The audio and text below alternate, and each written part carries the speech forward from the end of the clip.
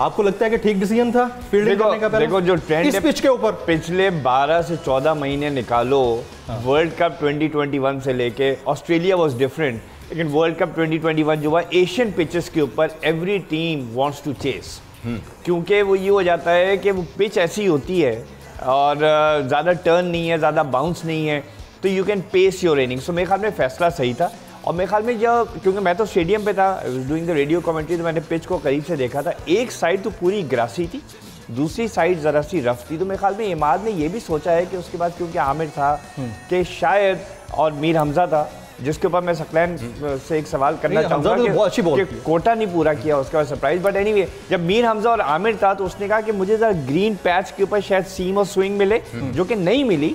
और जैसे सकलैन ने बताया, कैडमोर वो जो एक ओवर में उसने 3 छक्के मारे इमाद पे, वहाँ से कराची किंग्स एकदम से घबरा गई कि हाउ डू वी बोल टू हिम। बोल उड़ाएगा सबका होश, भूल जाएंगे सब अपना जोश।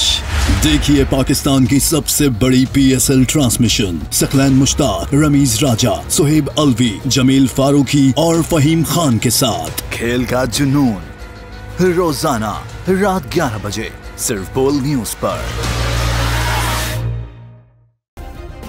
सब्सक्राइब करें और बेल दबाएं ताकि कोई खबर रह न जाए।